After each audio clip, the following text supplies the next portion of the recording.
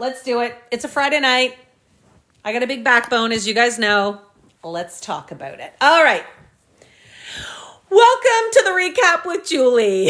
And we are going to recap one of the most heated friendship breaking cases ever. Guys, thank you for subscribing. Thank you, S. And we're going to get into the Blake Lively, Justin Baldoni case. Despite the fact that people hate that I'm not on the hating team Blake Lively train, I will never get on a hate train if I can help it. I'm always going to try and look at both sides and try and present the facts in this case. So let me start off by saying this. For everyone that is in here and for everyone that follows me, you guys know that I love research. I love digging into things. I love looking at both sides. I love hearing both sides. And unfortunately, I don't find I've been able to do it in this case as well, because the only thing I'm getting is hate from everybody else who I normally listen to. So people that I respect and people that I follow for this case are on the Blake hate train, and it is so skewing things, and people aren't seeing things clearly, in my opinion. They have tinted glasses on, I think, in this situation. So whenever someone is sharing information about this story, it is all Blake Lively hate, even when it's not true. Just as an example, Perez Hilton. When Perez Hilton was big years ago, he basically got chased off of social media because he was such an asshole. Let's be real, right? He was a huge bully. People started hating him. He was attacking every celebrity. Nobody wanted to deal with him anymore. And he became non-existent in our world. He's come back now. I was excited to see him. I was like, oh, new leaf. He's got kids now. He's a dad. Like, this will be great. And unfortunately, I started following him, and I actually talked with him on here a couple times, and I thought he had changed. I really was loving his content. He was sharing everything, and he wasn't bashing anyone. Like, it was really almost respectful, like, in a way. And I find it's completely changed. When he first started talking about this, I was like, he's covering it actually really well. And now he cannot put her down more if you paid him. Like, the stuff that comes out of his mouth, the things he calls her and says about this case, everything's skewed now. Like, it's so bad. Like, one of the things that I just saw him post about today, and I was like, oh my God, is this. He posted a video today talking about Jenny Slate's complaint. And the way he shared it is he said, Blake Lively lied about Jenny Slate's complaint or something like that, which is not true. So we don't know 100% that it's Jenny Slate that's being talked about, first of all, in Blake's amended lawsuit, but we're assuming it is. What it says is that Jenny Slate was renting a condo or an apartment or whatever, and I don't believe she was happy with it. So she had contacted Jamie Heath, who's the lead producer and with Wayfair, and told him the situation.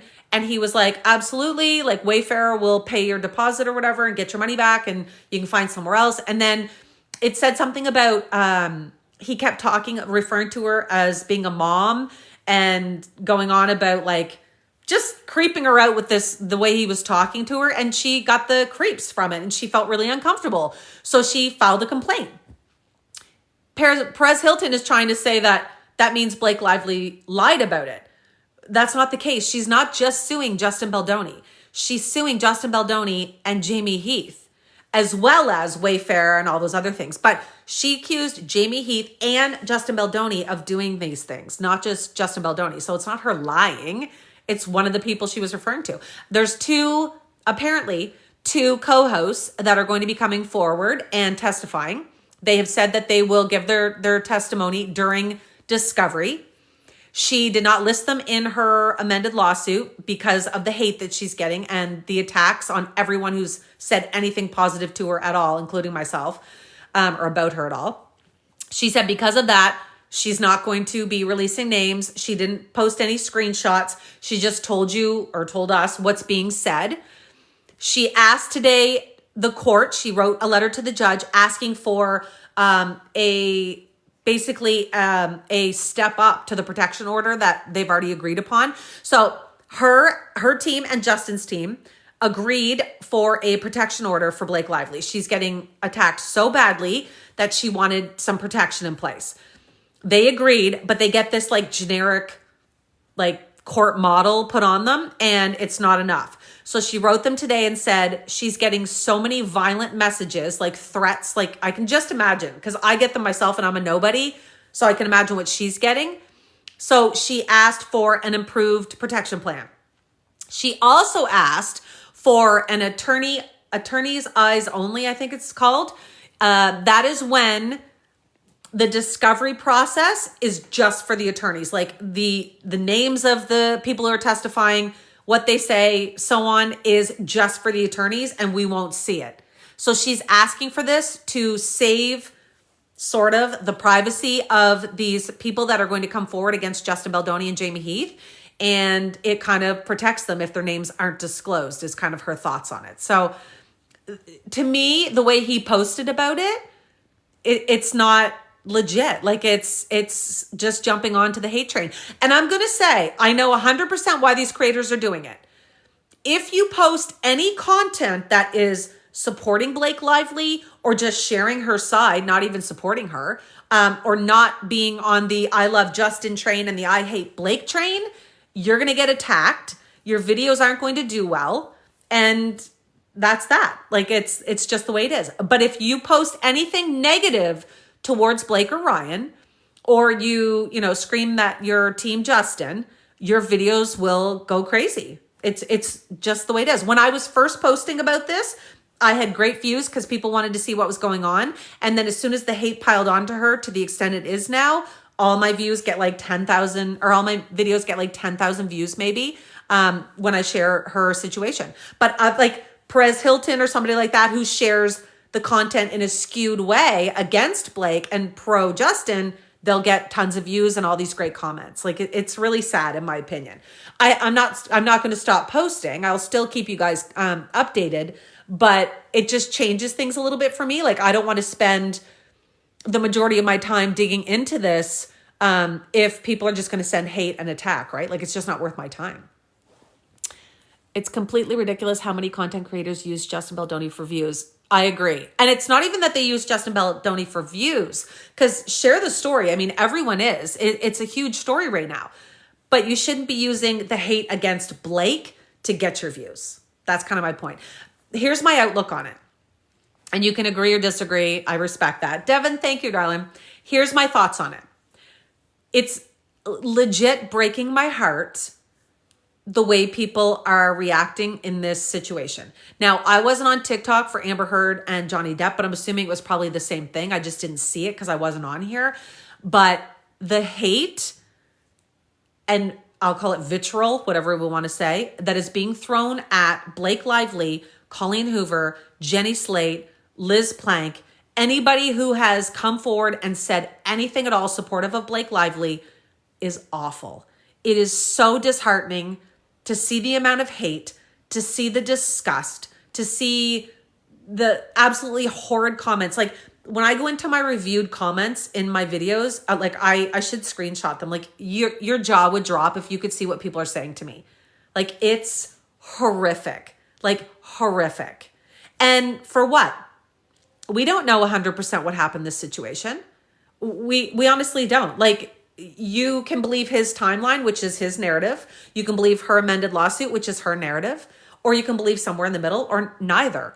But why would you ever, if you believed he was telling the truth, treat a woman the way people are treating her? Like, that's what I don't understand. Why would you attack someone and attack creators who post and inform you on content the way that you guys are? Not, I'm saying you guys, I don't mean everyone who's in here who's not, but like, and a lot of it I know is bots. A lot of it I know is paid content. I'm not stupid. I know a lot of it is this PR smear campaign that they do and stuff. I get that, but it's blowing my mind. Like it really is how people skew all the information. Even TMZ lately has been skewing their content, which I hate because I love posting their stuff. I find everything is like written concisely and they always use good like pictures and stuff for it. But anytime I see something on there and then I go to try and back it up, it's always skewed now towards Justin. And it's because it gets the views, right? So it's been hard. It really has. As a content creator, I'm finding it really difficult to kind of report on it, from a good, and I know there is so many creators that are just hating on Blake Lively and skewing everything. Candace Owens, unfortunately, is a huge one. I didn't follow her until people started sending me clips of the Blake Lively stuff. Candace Owens will literally post and say anything as long as it's negative about Blake Lively, whether she's backed it up, whether it's verified, whether it's facts, fiction. She doesn't care. Like, she's posting anything. Same with Perez Hilton. Like, it's upsetting. It really is. There's some that are kind of posting both sides. Like, I find Nua is posting kind of both sides a little bit better. Yeah, anyway, there's a couple that are posting both sides, but really, not really. Like, not really. I try and cover both sides. I definitely believe Blake Lively, but I also believe Justin Baldoni was not being malicious when he did what he did. I just think it's his personality. I do think he's being malicious now. I think his timeline and narrative is ridiculous. I think they knew exactly how to twist it. And it was in their, attack Blake Lively letter that they all typed up, or the response that he had with the PR smear campaign. And I think now what he's done to her is probably even worse than what he did to her when she was on set. Anyway. He's allowed to defend himself. This isn't defending himself. What he's done now isn't defending himself. What he's doing now is trashing someone and making the situation so much worse than it needed to be, unfortunately. Amanda says this case makes me hate people. I could see that. I really could. Why are people not allowed to call her out? Oh, I missed it. Hold on. Out on current and past problematic behavior? People totally can. But do you not ask yourself how it happened, why it happened at the time it did? Like, how come all of these videos of her got dug up when they did? Like, do you not question that? These videos that were like dead and buried long ago of her interviews and stuff, and all of a sudden they all got pulled up in August when all this was happening. Like, you must stop and ask yourself why. Like, everyone makes crappy interviews. Everyone, has stuff and done stuff they regret. He's been sued, like 3-4 times now? Like, everyone has skeletons in the closet, but it's just funny that hers got brought up when they did and how they did. Maybe it's because of her promotion of a DV movie. Her promotion wasn't her promotion. It was paid for by Sony and they all followed it. But yet everybody accused her of doing it and attacked her. Blake isn't a girl's girl, and I stand by that. There's a reason Taylor isn't her friend anymore. Oh, see, you're listening to all the drama, Anna. So what makes you think Taylor's not her friend anymore? Because TMZ posted it? Because every other article and outlet posted the opposite and said that sources contacted them and said it's not true. And I guarantee you Taylor Swift's team is not going to TMZ with their information. 100,000%. We listened to facts of the case. She has no evidence. Neither one put all their evidence in. Any of his evidence, there's not one email, not one text message from her saying or doing any of the things he claims. He's got himself behind her back bitching to his editors and stuff like that, which is all interesting because you can kind of see his perspective that he didn't like that she was being creative and taking control of the movie or whatever people are saying. But there's nothing between the two of them that is negative, and there's nothing from her saying she's not going to do things or she wants control of the movie. There's nothing. It's just his narrative. He wrote it really well, and the PR smear campaign is working really well. When she started to see the backlash, oh, I missed it, when promoting, why didn't she change her narrative like JB did? Basically, here's my thoughts on that. The narrative that started coming out, the hate towards Blake when she was promoting the movie, it started to come out, so she pulled back. Like, she stopped the hair care stuff, the liquor brand, like that stuff. If you notice, she pulled back on that. I don't know if anybody's even seen these clips, but he was doing it all at first in the beginning. I don't know if you guys know that. He was baking cookies. He was making flower arrangements. Like, he did all of those things for promotion as well. And then when the hate started coming out about Blake and how she was doing it, that's when he pulled back. And that's when the text messages came out when he was like, I think we need to focus on DV more. Let's find some survivors and, push that content. And that's when he started going the other way. And there's text messages now from Blake and the rest of the cast that noticed this, and they were like, what's going on? And it was too late for them to switch it. The promotion of the film was pretty much done. And as soon as the hate started, Blake backed right off. She wasn't doing promos anymore. None of them were. Like, it was the end. The movie was out and people were watching it. You think he's doing her so wrong now, but didn't she by publicly posting the lawsuit first? So that's an interesting one to me too. So when Blake Lively, so first of all, everything Blake is alleging started in May of 2023. A year before everyone's accusing her of trying to take control of the movie and taking editing clips and stuff like that. So in May of 2023 is when her first accusations or whatever start coming out. Her first mentions of being uncomfortable on the set, and the other castmates as well. Once that came out, it was kind of not dealt with it at that time professionally. It was just dealt with her talking to Justin Baldoni about it, her talking to Jamie Heath about it. That's all in Justin's lawsuit. He acknowledges that.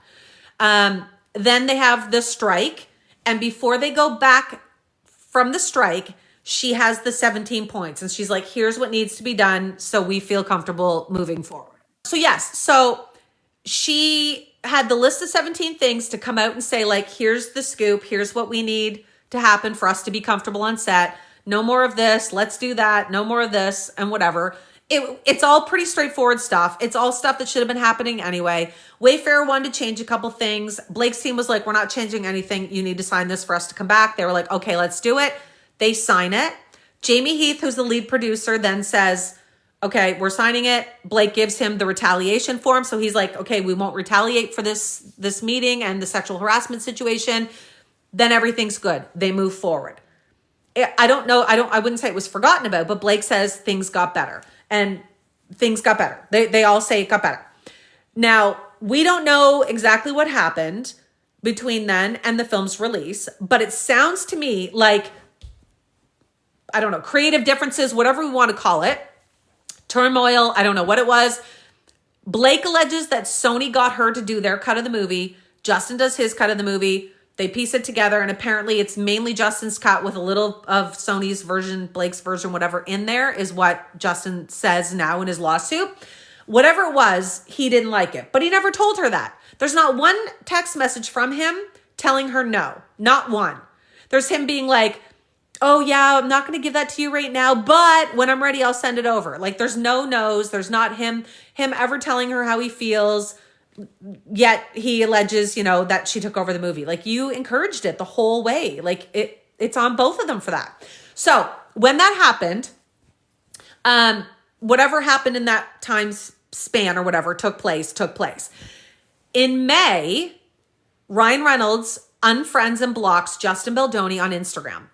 Justin panics, rightfully so, because he knows about these sexual harassment allegations and he's concerned about it. He's worried about his, reputation.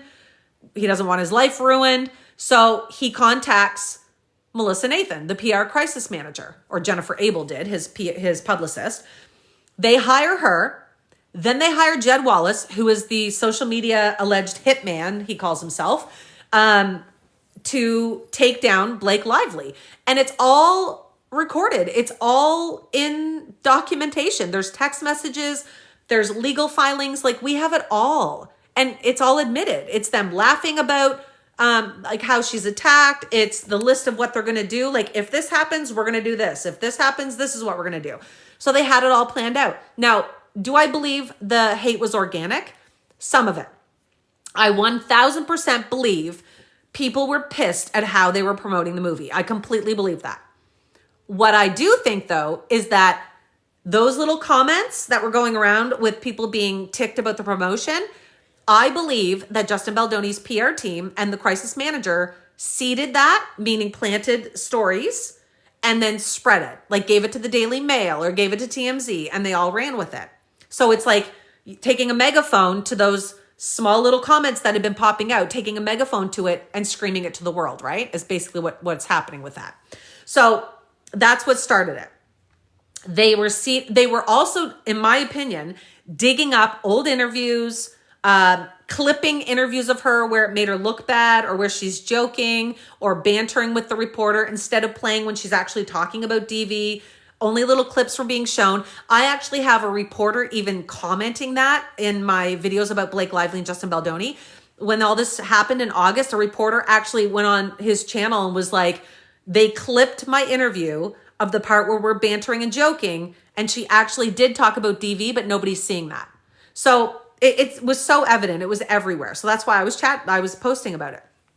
Then what happens after, everything gets kind of brought out, all this hate, everybody just dog piles on Blake Lively. And they're all like, she's horrible. She tried to steal the movie. She's a mean girl. She's a bitch. She's a bully, bashing a woman, right? Like they're just attacking her. She's still crickets on the whole harassment situation from the set. Nothing from her side. Nothing from Leslie Sloan. No articles in TMZ. Nothing. She basically falls off the face of the earth. She's not seen. She goes MIA. She stops posting. The hate still is just running and she says nothing. Turns out now we know what she was doing behind the scenes. She hired a company, as you can see in her amended lawsuit. They do an evaluation of Google and find out that 30% of the Blake Lively talk online has to do with Justin Baldoni. They immediately said to her, it's a PR hit. Like, there's no way you should have 30% of your comments dealing with Justin Baldoni when you've been doing this for 20 years. There's a hit out on you. So her legal team then subpoenas his publicist's old company, which is Jones Work, Stephanie Jones's company. They subpoena them for all the information. Jones Work, Stephanie Jones, had fired Jennifer Abel, his publicist, because Jennifer Abel was trying to steal Stephanie Jones's clients allegedly, and Stephanie Jones found these messages. She leaves the company, she gets fired, and Justin Baldoni and Wayfair go with her, allegedly don't pay their bills, so now Stephanie Jones is also suing him. When this happens, she subpoenas them, so they have got Jennifer Abel's cell phone, laptop, emails, you name it, they got it all. That's where Blake Lively got all of her info from, right? Was those subpoenas. Stephanie Jones got her info from that as well. That's why she's suing them all too. So we now have everything Blake needed to figure out, okay, this is a PR smear campaign, and this was done on purpose, especially that document that's like, if she does this, we do this. If she does this, we do this. And they're going back and forth like, congratulations, you're doing an awesome job. And they're like, that's what you hired me for. I know that there's an upside down smiley face missing from that conversation. It does not change the context at all. Zero change. Okay, zero change. I don't care what his team tried to say. Nothing was edited. Nothing was twisted. They're only going to show in their lawsuit the pieces that are relative to their conversation, right? Same as he did. He's only showing the pieces of the conversation that are relative to his case. That's what you do in a lawsuit. So she does up her whole lawsuit. She's going to give it to the New York Times. The New York Times editors reach out to Justin Baldoni's lawyer, Brian Friedman, and they say, this is what's being alleged. You have until tomorrow at noon or whatever time it was to respond. Here's the jam. Now, what happened next is extremely interesting. And you can Google this, guys. I'm not making it up. You can go find your own dates. You can go find your own timestamps because that's what we did. If you look it up, the New York Times did not post their article until like 10:30 or something like that. However, TMZ posted about her lawsuit at like 8 something in the morning. They posted first. And every article that came out after that does not quote the New York Times article. It quotes TMZ, which is Justin Baldoni's lawyer's story. Justin Baldoni gets ahead of it by having his lawyer release the story before Blake can. Normal PR. That is what lawyers would do. Let's get ahead of the story. And that's what they did. But yet they try and say that it's the New York Times article that wrecked them and that's the reason everything started is the New York Times article, when in fact it's not. It was Justin Baldoni's lawyer who leaked it first. It was leaked in TMZ with Justin Baldoni's perspective given before Blake had a chance to do it. So Blake decides to file the complaint in California because you have to do that before a lawsuit. So she files the complaint in California. She gives the New York Times her complaint, which is totally legal to do. There's nobody saying you can't. That's what he's done as well. They post the story about it. Nobody like altered, clipped, whatever, the text messages. That's stated in Blake's new amended lawsuit. It was a legal program that Stephanie Jones used to extract the data, which all court cases do. They don't accept screenshots, okay? You can't prove screenshots for timestamps and stuff. You can alter them. So they use this program to extract data, and it doesn't include the emojis.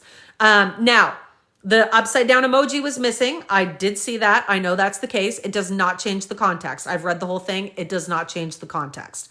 It's very evident that they were high-fiving each other and laughing about the fact that they tore her down and that the public was attacking her. What happened next? So Brian Friedman gives the article to TMZ. It runs wild. They're all quoting TMZ. Then the New York Times comes out. People are like, holy crap, look what Justin Baldoni did. They're kind of on Blake's team for a little bit.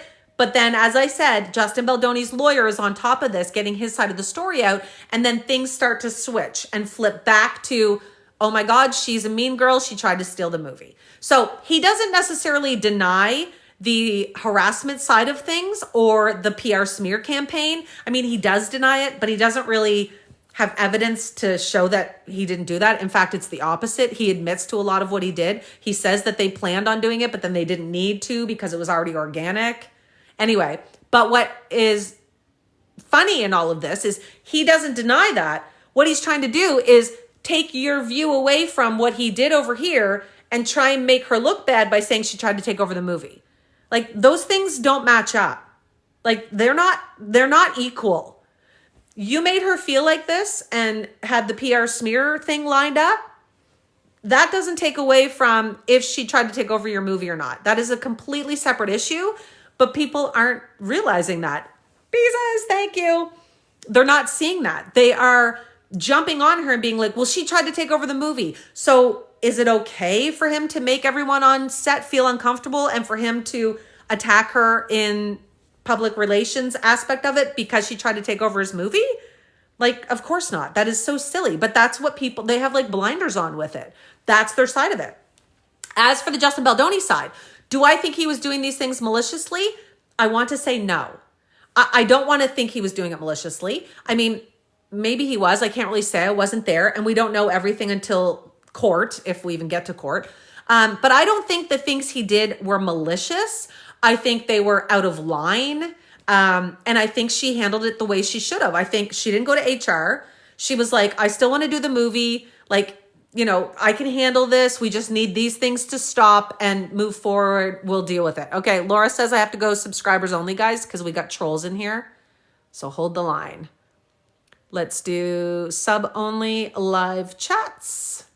So I apologize to everyone that is in here and actually wants to listen and not just spew hate. I had to go subscribers only. So if you want to subscribe, guys, it's the little star down here. And then you can chat. Anywho, so do I think he was malicious with it? No. I think that what he did made her uncomfortable and made other castmates feel uncomfortable. They brought it up like they should have. Nothing was done with it. So Blake held that meeting. Everything changed. It was better and we're gold. The only problem with this is that Justin Baldoni's company, Wayfair, should have at the time investigated Blake Lively's claims, and they didn't. That's a big problem. So she can sue for that. Like, legally, they should have investigated when Blake came forward with those claims of sexual harassment, and they didn't. So that's a big problem on their side of it. Okay? If they had have investigated it, it would have been a different story because they could have said, yes, it happened. No, it didn't. It happened, but here's the changes. Like, it just would have changed the whole atmosphere on the set, I think. And it may have made him feel better and not made him have to come out and do the PR smear campaign and get ahead of the drama, right? But who knows? But they didn't investigate it, so that was a huge problem.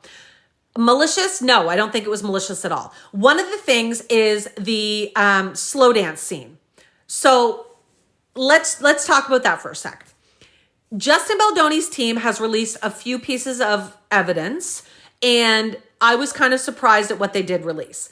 The phone call floored me. I could not believe they released Justin Baldoni's phone call. He sounds, in my opinion, like a complete creep. I mean, it was 2 a.m. He was probably laying in bed, just like half asleep. As soon as that came out, everybody was like, oh my God, he sounds like a creep. He's saying inappropriate things. This is not okay.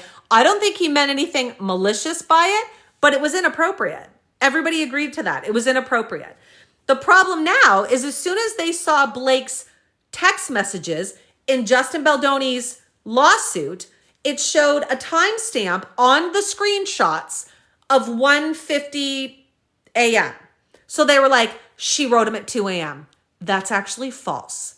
It has now come out, if you read the lawsuit properly, down at the bottom of that page, there's an asterisk and it says the timestamps on the text messages are incorrect. It's, was it European? I think it says European or UA or whatever it says. It is European time zone. So it's actually 4 hours earlier or 4 hours late. I can't remember what it was, guys. I think it's European. I'll have to go double check, but it's a different time zone. So she did not send him those text messages 10 minutes before he did. And the whole thing around that makes so much sense because he mentions that the phone call's 2 a.m. numerous times in that phone call. He's like, here I am laying here at 2 a.m. I hope I didn't wake you up, blah, blah. And I kept thinking, what do you mean wake you up? She just texted you 10 minutes ago. She didn't.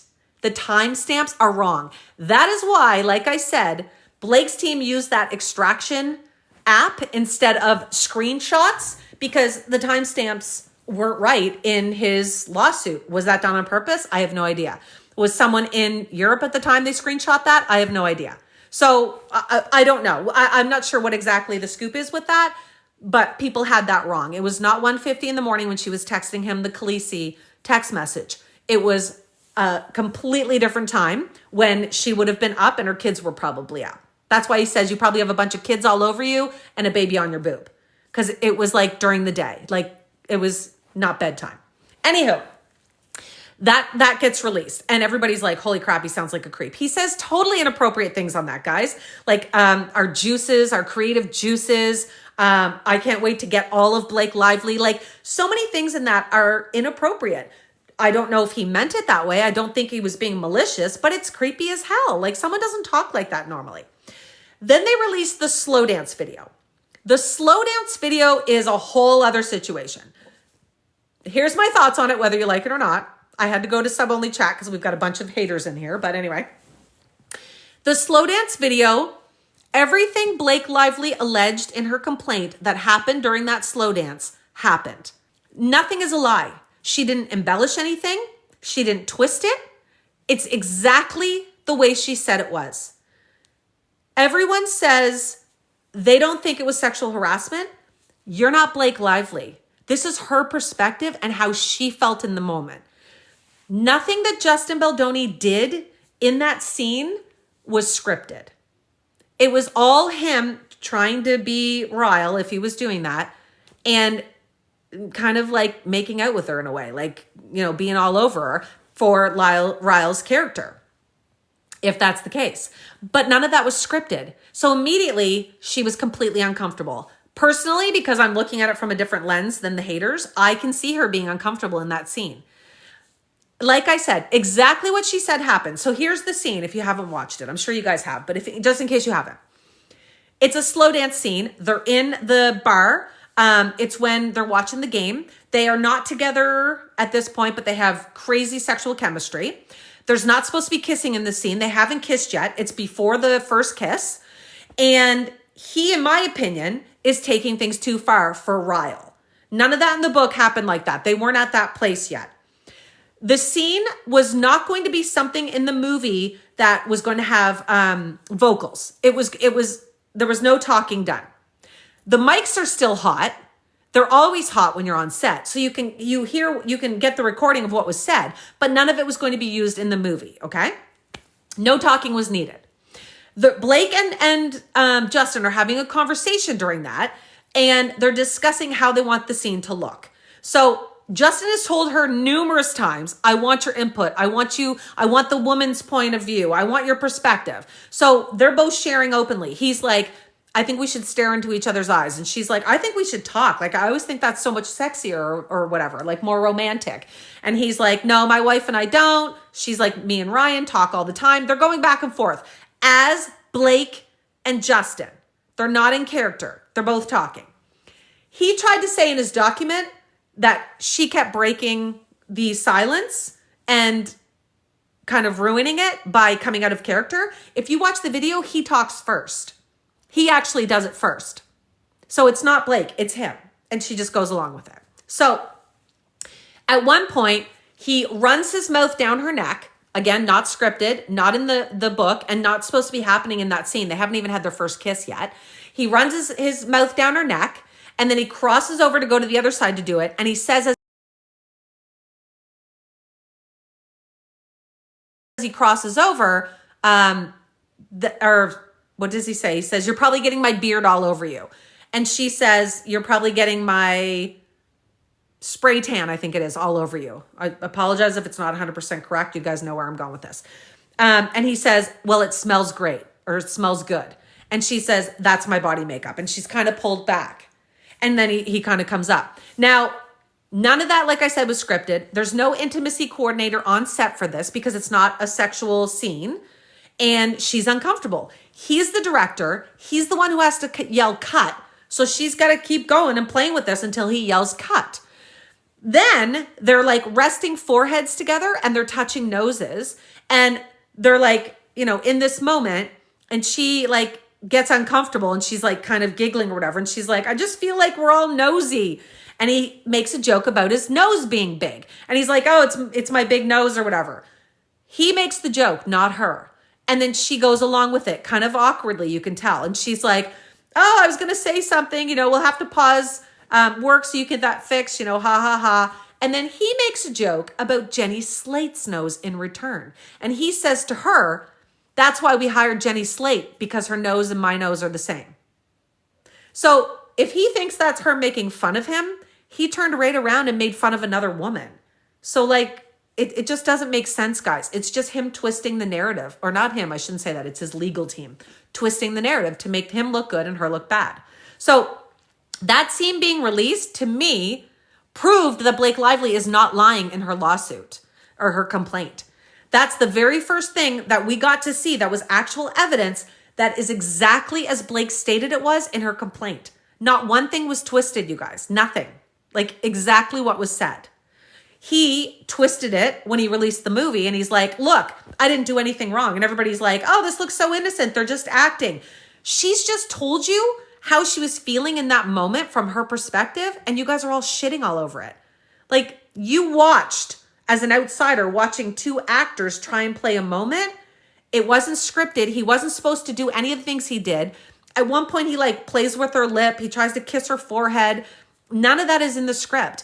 And I know I saw an interview with an intimacy coordinator who came out and like read what was going on and said they wouldn't have had an intimacy coordinator in that scene because there was nothing sexual. There was nothing sexual supposed to happen at all, but there was also no kissing in that scene. There was none of that. Like that was well before the first kiss even happened. So it wasn't appropriate, the stuff he was doing, even to make the moment look good. And I know people are saying that, like he's an actor, he was in character. Well, you can't go out of the script in situations like that because then it can make people feel uncomfortable like it did in this situation, right? She sexually felt uncomfortable. Like that is sexual harassment. He put his mouth and his hands on her in a way he wasn't supposed to, in a scene he wasn't supposed to, and she felt uncomfortable. And when she went to him after and talked to him about it, his response to her was, "I'm not even attracted to you."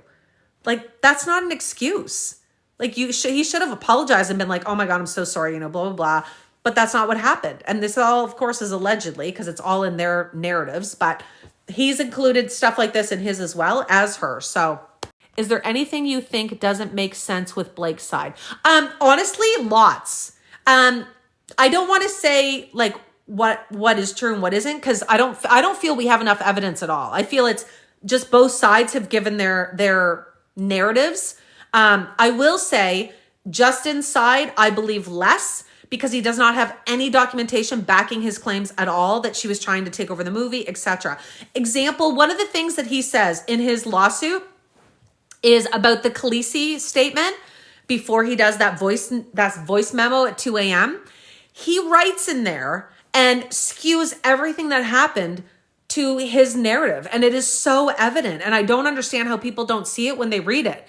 It's even written out of timeline, out of order to make it sound even worse. So the way it went down in that is this.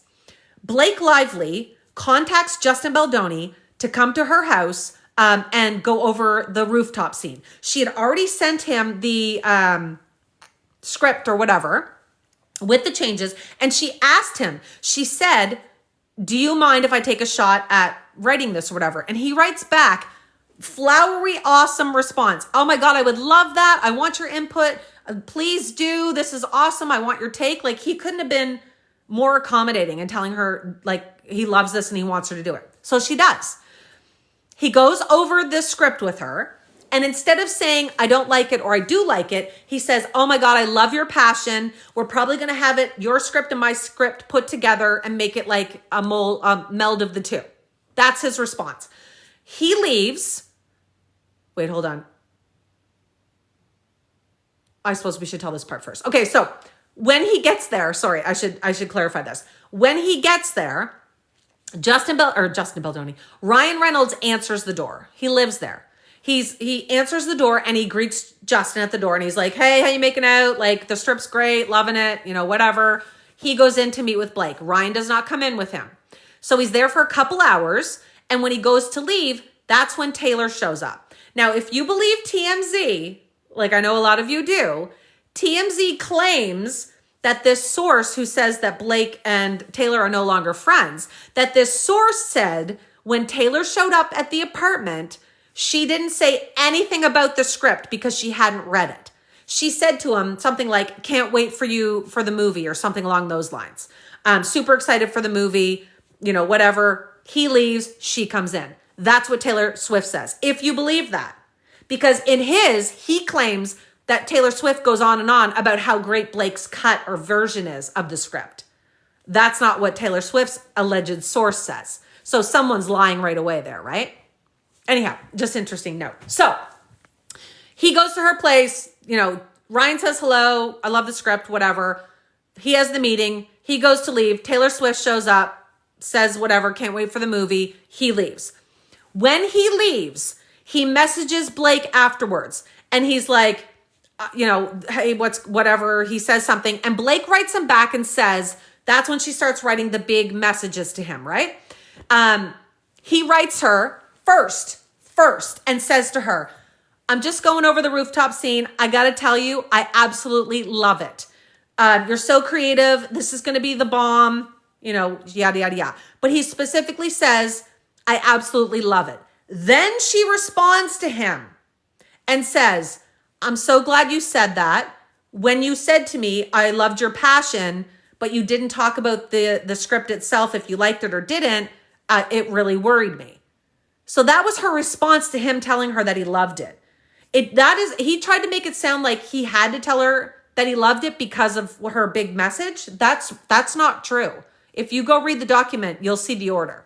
So she writes him saying, you know, I'm so glad you said this. Then she writes him the big blurb again. And she's like, I know I've already told you this, but I haven't been treated the best on set by directors. And she gives examples or whatever. And he writes her back and he's like, oh my, or well, that was the voice memo, I guess. But anyway, he's feeling bad about that. And he's like, I hate that you were treated like that. I'm not going to do that. I'm going to treat you like gold, yada, yada, yada. And that's when she says the Khaleesi statement as well. She's like, I'm so lucky to have these two dance moms in my corner with Taylor, her best friend, and Ryan, her husband. And she's talking them up. Like, she obviously loves her husband and best friend, right? She refers to herself as Khaleesi and says, they're my dragons, and basically is saying, I would be nothing without them. That's where she's going with this. It's so obviously not a threat. I don't know how people twisted this into it being a threat, but it is so obviously not a threat. She's saying to him, they protect me and they're going to protect you too. You know, if you'll let them, you know, I'm so excited about this. I'm your ride or die. I will do whatever I need to make this work. Like, she couldn't praise him more. And he does it in return. Like, it's this great conversation back and forth. And now that everything's happened, he twists it. Here's the other thing why I don't believe what he's put in that part of the narrative is this. In his text messages, when Blake Lively gets involved in the editing, allegedly by Sony, later on, he and his editors are bitching behind her back, constantly back and forth. Bitch, bitch, bitch. Like, oh my God, she's taking over the whole movie. She's going to take it over. Like, they're just going back and forth. Not one text message bitching about her writing the rooftop scene. Not one text message bitching about Taylor and Ryan and her dragons and him being intimidated and feeling like he has to accommodate her. Nothing. Nothing. That is just his narrative. Now that all this has happened, he's trying to say that. I 1000% believe if he thought that at the time, there would be text messages of him bitching to Jamie Heath or bitching to the editors about it like there was when she was taking over the editing. And there's nothing. So that to me is a huge red flag in his narrative, I'll call it, because it's both their narratives, right? So that to me is a huge red flag. Just the way things are twisted. There's absolutely no evidence. A lot of times he's like, and this was the first time she tried to take over the movie. What are you talking about? She said nothing about trying to take over the movie. She said nothing about refusing to work for you or refusing to do publicity or anything like that. Like there's not one text message about that, guys, in his timeline. Anyway, that's my rant. I'm coming to your comments. So why did Taylor Swift step out of the friendship? I don't believe she did. I don't believe she did at all. And in Blake's amended lawsuit, she says that she has had to completely change her personal and professional life to save the people in her life from the hatred that's happening right now, which I completely believe. People are so mean and so nasty and so hateful in this situation, even to me, and I'm a nobody. You can imagine what they're doing to Blake Lively and everybody who's come out. Colleen Hoover had to completely delete her Instagram account. Brandon Sklenar had to delete certain posts and turn off his comments. Jenny Slate as well. So did Liz Plank. She's getting a ton of hate because she quit his podcast, which to me screams volumes about what's going on with the two of them as well. But yeah, so much hate. So Taylor Swift is not going to come out and speak for Blake when Blake does not want her to. She's also not going to let her career take a nosedive because of all the people sending hate right now, because she's going to step forward. That is not what Blake wants. That's not what their PR teams want. They're crickets. And they've already said, we're going to fight this in court and not in the media. She definitely messed up admitting Ryan wrote the rooftop scene. I kind of think she did as well, because I don't believe he wrote the rooftop scene. I think he put his embellishments on it. Because Sony, in Justin Baldoni's lawsuit, there's a letter from Sony being like, hey, we need to know this ASAP. If Ryan Reynolds had a hand in writing the rooftop scene, we need to know so we can credit him in the credits. Ryan Reynolds isn't credited in the credits, so he did not write that scene. So I think she was just kind of name dropping her husband during that interview personally. And like, he probably did help her somewhat and be like, you know, yeah, you should have this or say that or do that, something, but he didn't write it. And even the writer that wrote the scene said, I wrote this scene. There's some embellishments in there. And if they're from Ryan Reynolds, great, but I wrote the scene. Do you think there's a significant amount of concrete evidence against Justin? I do. Yeah, I do. Reading her amended lawsuit, there is so much in there. And I know people are like, there's no evidence, because that's what Justin Baldoni's lawyer said. It's quoting all the text messages and emails and things instead of posting the screenshots. It's all going to be brought forward in discovery. And we know that, especially after today, Blake's legal team, wrote a letter to the judge today asking for higher protection for the discovery process, because the people that were also harassed on set or felt uncomfortable by Justin and Jamie Heath are coming forward and testifying. The emails and text messages between the producers about her taking over isn't evidence. No, it's not evidence of any of it. He's being sued for sexual harassment and a PR smear campaign. Him bitching behind her back to editors about her taking over certain parts of the movie and editing isn't evidence of anything. She's not being sued for taking over a movie, right? Like even if she did, like, I don't know if she did or not. I have no idea the case in that, because he says that she did it. She's saying it was Sony's cut. Who knows? But that's not what's being fought right now.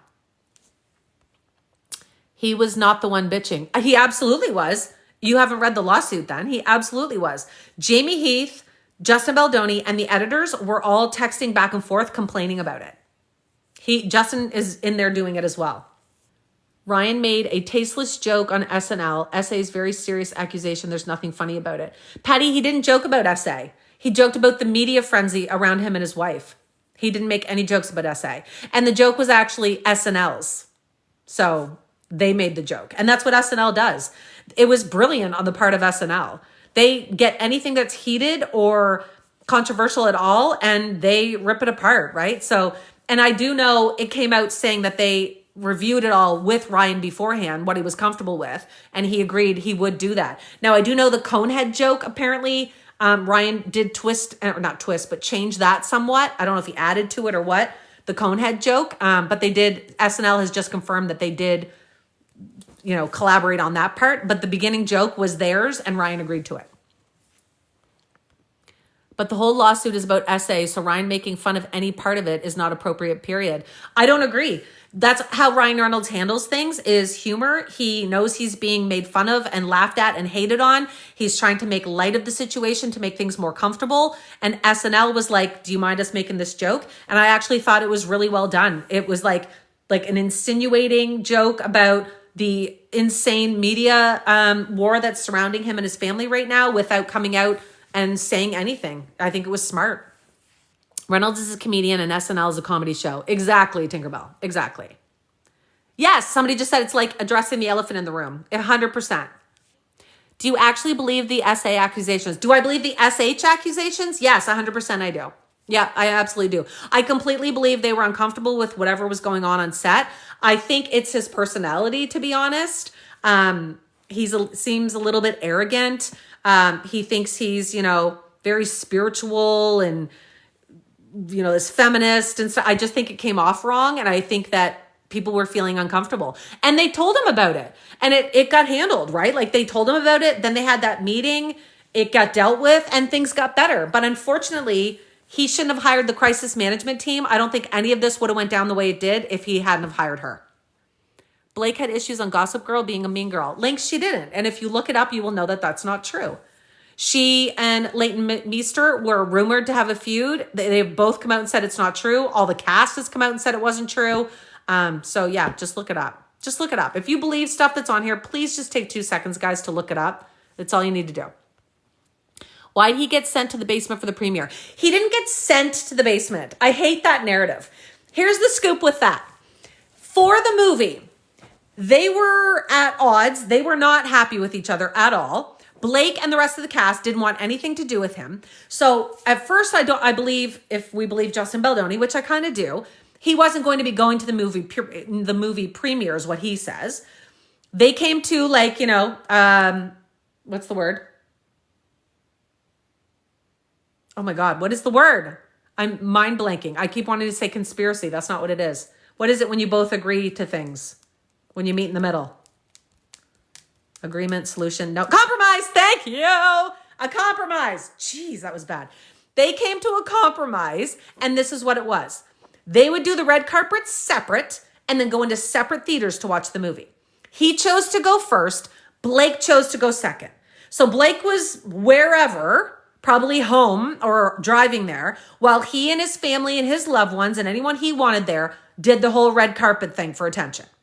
Then he goes to the green room in the basement with all this food and drink and everything else laid out to wait for her to finish her red carpet shebang, whatever, attention thing with the rest of the cast.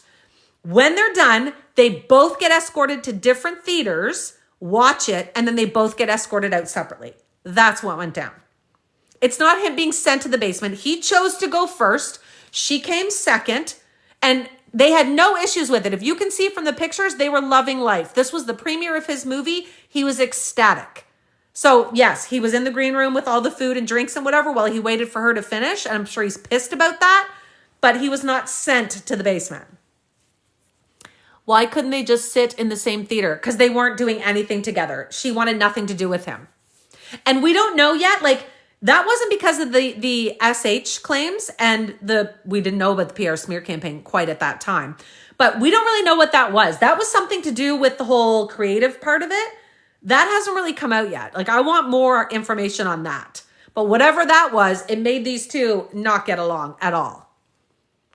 I wish his version of the movie would be released too, because I'm curious to see it. According to him, the version that was released is mainly his. According to his text messages with his editors. He said that word on the street when he was away, or was it when he was in the hospital? No, I think it was when he was away, was that he heard that the final cut was going to be mainly his with just some of Sony's cut mixed in. I've always said he wouldn't have called her at 2 a.m. It's creepy as fuck. He did call her at 2 a.m. She didn't text at 1:50 a.m. He 100% called her at 2 a.m. and says it numerous times in the phone call. Her part was what was wrong. The timestamps on the text messages, if you read the bottom of his lawsuit, her timestamps are wrong. They got it wrong. It was like European time or something. So her text messages to him weren't in the middle of the night. His were. The whole cast is on her side. They witnessed his deranged behavior. Yeah. I think, guys, you just have to keep in mind all the evidence that's on Blake's side. Everybody from the cast was like, peace out, Justin Baldoni. We're not doing anything with you because of whatever happened on set.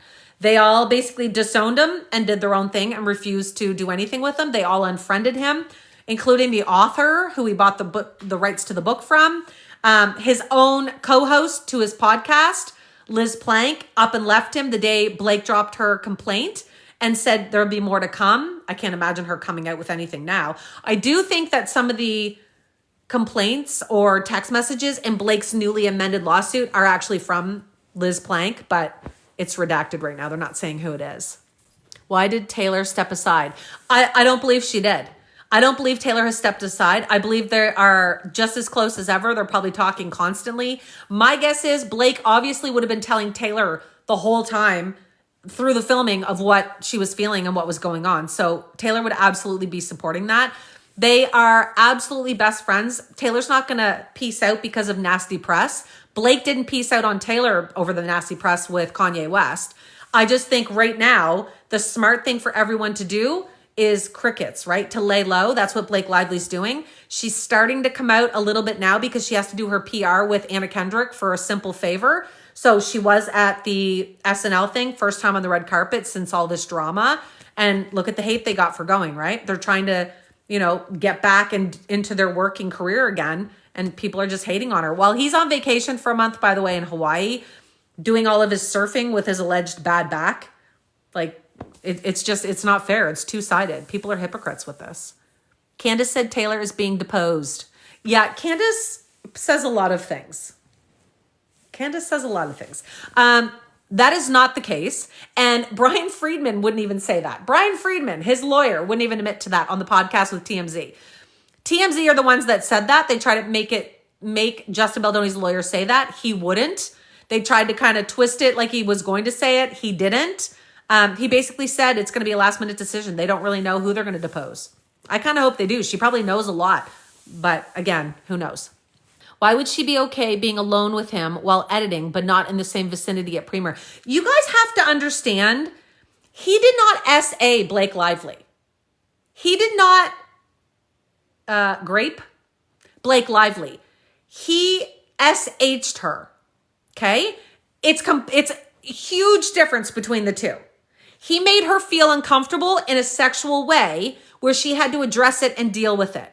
And she did. And they signed that 17-page agreement. And she says, moving forward, it was so much better. They didn't have issues. So when they were editing the film, this is after they did that 17-page agreement, after he had turned a new leaf and she was feeling better on set. So she didn't have an issue anymore. She didn't go to HR. She didn't go to the public and drop all this. She didn't want to ruin the movie. His PR smear campaign, allegedly, is what caused her to file her lawsuit. Can you explain what was happening with the intimacy coordinator? Yes. So there's a lot of talk about the intimacy coordinator, and that's another thing I don't like about his timeline and his narrative is this. In the timeline, he has a text message where he texts Blake Lively and he says to her, I just hired the intimacy coordinator. I love her already. I think you're going to really like her. I'll set up a time for you to meet her for an introduction. Okay? So not to have a meeting, not to start movie planning, to have an introduction. So she can just meet who she is. Blake writes him back and she says, oh, that's okay. I trust you. I'll just talk to her when we start work. So she didn't refuse to meet and go over the movie stuff. She said to him, I trust you. I don't need an introduction. I'm sure she's great. That's what she was saying. Then he writes a producer and he says, FYI, Blake doesn't want to meet her. This is going to mess with our timeline or whatever. And the producer, female producer, writes back and she's like, that's okay. It doesn't matter. Just let Blake know what you talk about. That's all that was. Nothing about Blake refusing. So there was an intimacy coordinator hired. The intimacy coordinator, however, is only on set for sexual scenes. She's not needed for anything other than that. So the intimacy coordinator was not on set until after that 17-page thing was filled out because there was no sex scenes done. But there was some scenes beforehand where things got uncomfortable, including that slow dance scene. That's why Blake in the 17 points was like, there needs to be an intimacy coordinator on set at all times. So she didn't want just an intimacy coordinator during the sexual part of it. She wanted an intimacy coordinator to be there at all times to make sure she felt that it was comfortable and that he didn't go off script again. That's what that was. I hope that explains it a bit better. There was no smear campaign. That's the thing. You need to research his old firm. I don't have to research his old firm because I actually saw the PR smear campaign plan. Blake subpoenaed Jonesworks and got it. It's an actual document written by Melissa Nathan and Jennifer Abel and filled out on how they were going to destroy Blake Lively. Now they're trying to say, yeah, we had it, but we just didn't have to use it, which I call BS on. I think you took her side from day one and now don't want to admit you're wrong. Adrian, false. I'm sorry. I don't believe I am wrong. I believe she completely felt uncomfortable on set and voiced those concerns. And I completely believe there was a PR smear campaign because I personally sat and watched it and reported on it. If you go back to my post from August, I was like, why are people trying to cancel Blake Lively? It was insane what was happening. The old clips of her looking bad being pulled up, the interviews she was doing being clipped just to show bad parts and not the parts where she talked about DV. Like it was so evident to me and obvious. It was awful. Jonesworks is the issue. Jonesworks is the good issue, I'm going to say. That's how she got most of her subpoena information was from Jonesworks because that's where Jennifer Abel was working at the time. So they got a ton of evidence from that. And now they have gone and subpoenaed Justin Baldoni's phone records for like anything you can imagine for Wayfair, Justin Baldoni, Jamie Heath, all those guys. I don't know if they will get the time frame they're looking for, but I think that's going to tell a lot. And I think they're scrambling. Like they are trying to fight that. They do not want her to get that. I wonder if Jonesworks tipped Blake Lively off. I don't know if Jonesworks went to Blake Lively first or if Blake went to Jonesworks. My gut tells me that Blake went to Jonesworks because remember I said she hired the company to do like a deep dive into her YouTube searches and stuff. And they came back saying, you've been a victim of a PR smear campaign. That's when I think she subpoenaed Jonesworks. So that's my guess. You're not biased. You're looking at the evidence. Others don't. Thank you, Mila.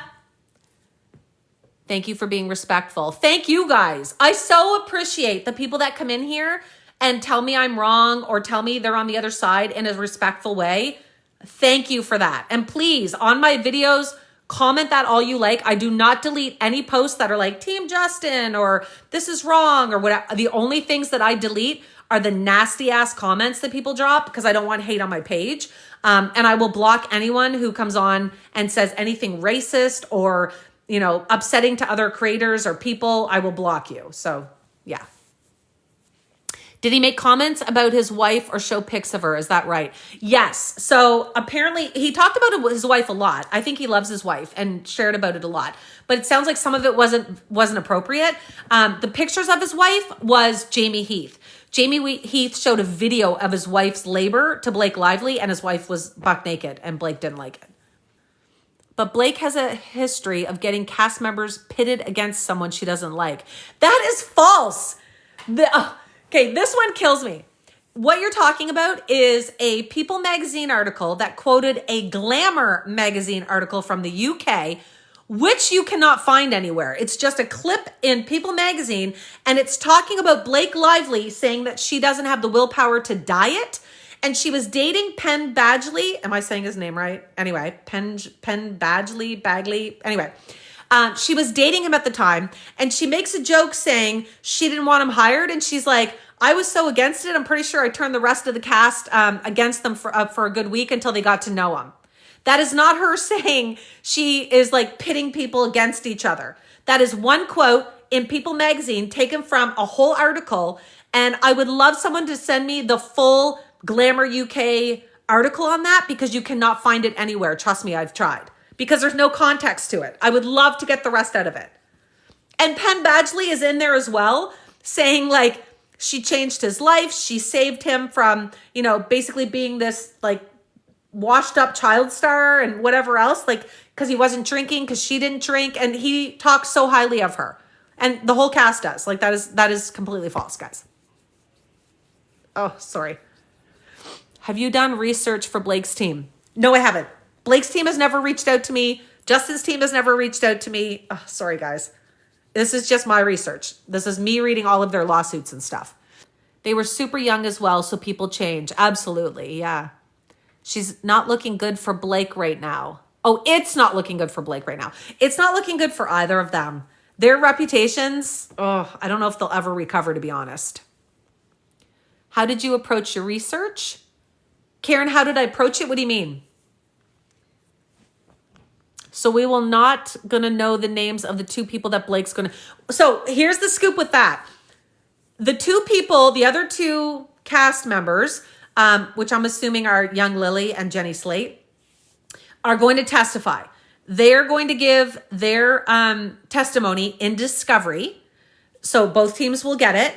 But Blake has now applied for an attorney-only document. I don't know the name of it, but she wants that part to only be revealed to the attorneys and not to us, to the public. So we may not, if that goes through, we may never know who it actually was, because they don't want all of the robots and trolls on here going after them. They don't want the hate. So whether or not we find out or not, I don't know.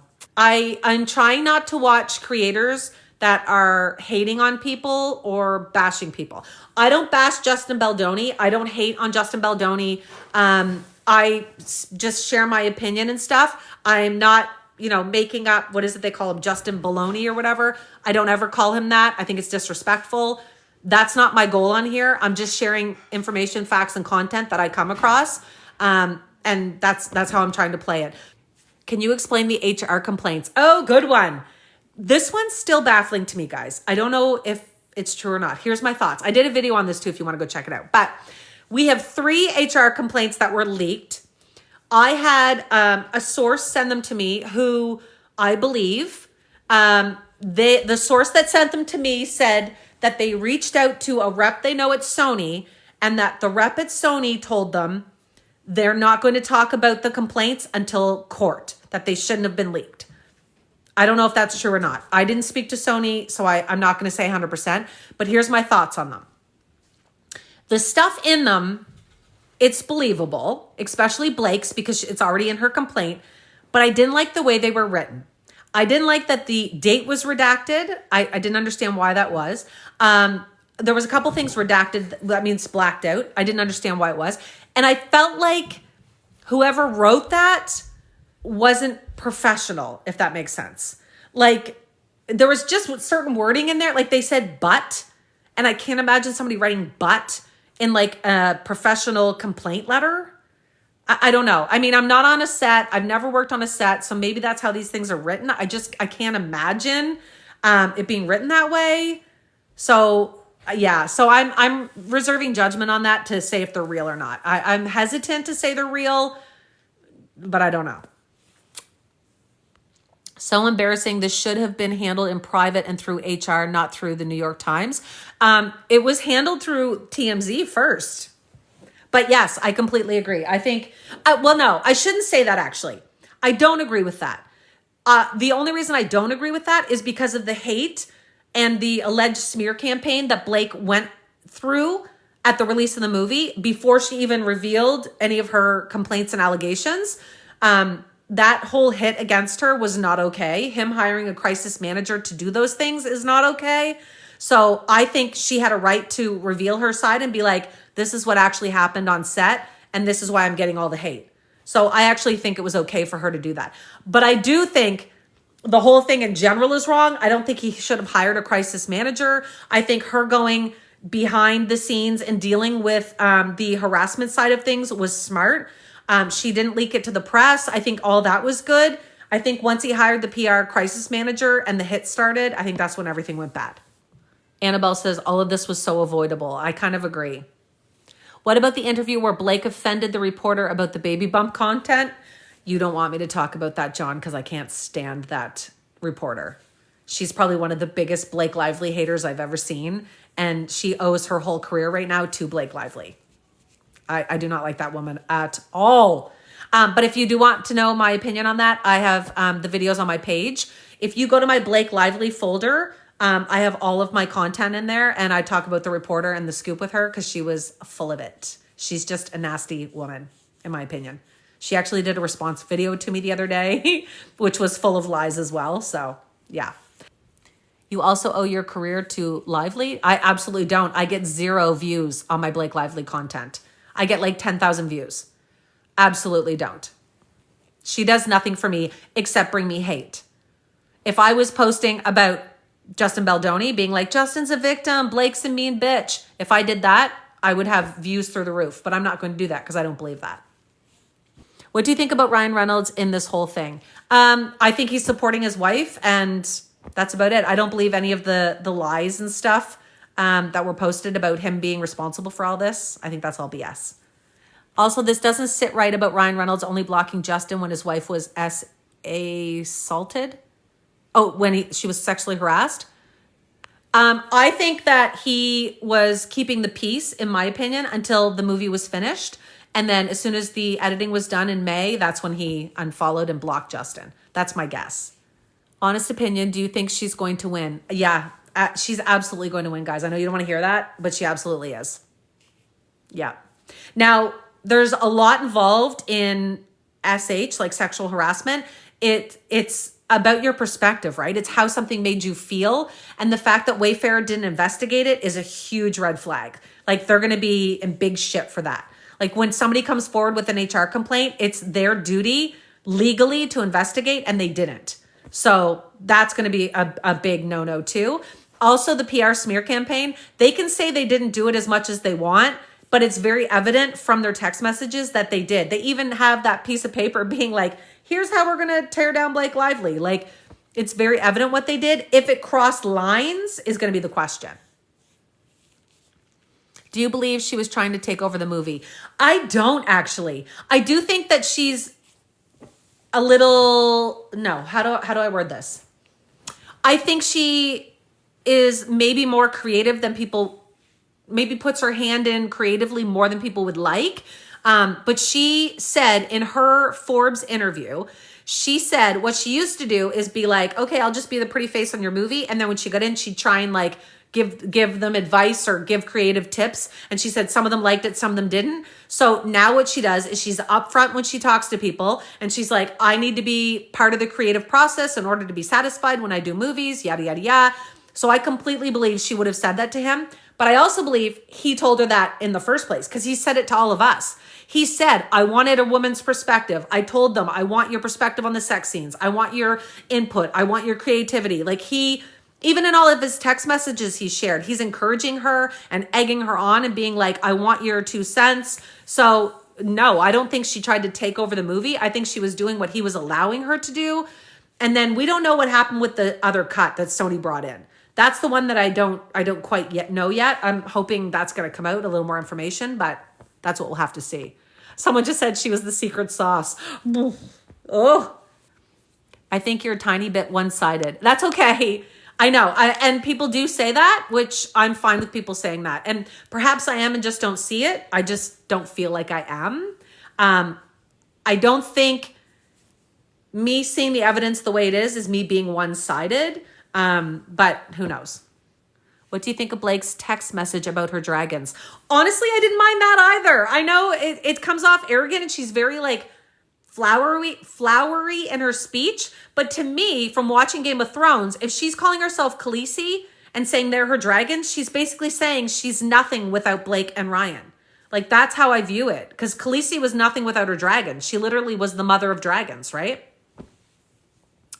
Why do you think Taylor Swift isn't standing by Blake more publicly? Because of the hate that Blake is getting. I think she has said, don't come near it, like stay away. Which is kind of what Blake did with Taylor, right? When Taylor was getting the hate from Kanye West. Neither of these women want them to wreck each other's careers. Blake would be devastated if this wrecked Taylor Swift's career, just like Taylor would have been devastated if Kanye had wrecked Blake Lively's career, right? They're best friends. They're like family, these two. Like, she's the godmother of Blake's children. Like, there's no way they are not supporting each other behind the scenes. They just don't need to do it publicly. I think there's her truth, his truth, and the real truth. Yeah, I 100% agree with that too. Both of them have just released their narratives, and that's all we're reading right now. So you don't think Blake is a mean girl? I don't know if Blake's a mean girl at all because I don't know her personally. All I know is her persona that is public, her public persona. And from her public persona, she is not, in my opinion, a mean girl. Why do you think Blake is getting all the hate if she's right about everything? Because we're awful as a society. We're a bunch of misogynistic, hateful creatures who are closed-minded, and there's so many trolls, and we have these horrible crisis manager PR companies that are paid to do this and do an excellent job, and it's absolutely awful to see. Even if you don't believe Blake Lively, to attack a woman the way people are is absolutely disgusting, in my opinion. Disgusting. He is not denying the sexual harassment side of it. He admits that he said and did the things the way he did it. He's trying to excuse them, but he admits to most of it. But he's trying to twist it and be like, she only accused me of that because she's trying to take over the movie. Like, that's ridiculous. In my opinion, honestly, it's like somebody who is raped and somebody says to them, well, look at the clothes that she was wearing. And she slept with 14 people in the last 2 years. So she's kind of deserved it. Like, that's what it equates to me. Like, her being sexually harassed on set and having her reputation completely destroyed by someone doesn't mean it's okay because she tried to take control of someone's movie or be too creative. You know what I mean? Her taking over the movie is directly related to why she interpreted his actions in a bad faith way. It's absolutely not. Absolutely not. She was reporting him and talking to him about situations in May of 2023. That is way before she had any hand in editing any movies. Nobody should be disrespected, male or female. I agree. All right, guys, I'm going to run. It's 9:35, and I would love to see you guys over there subscribing.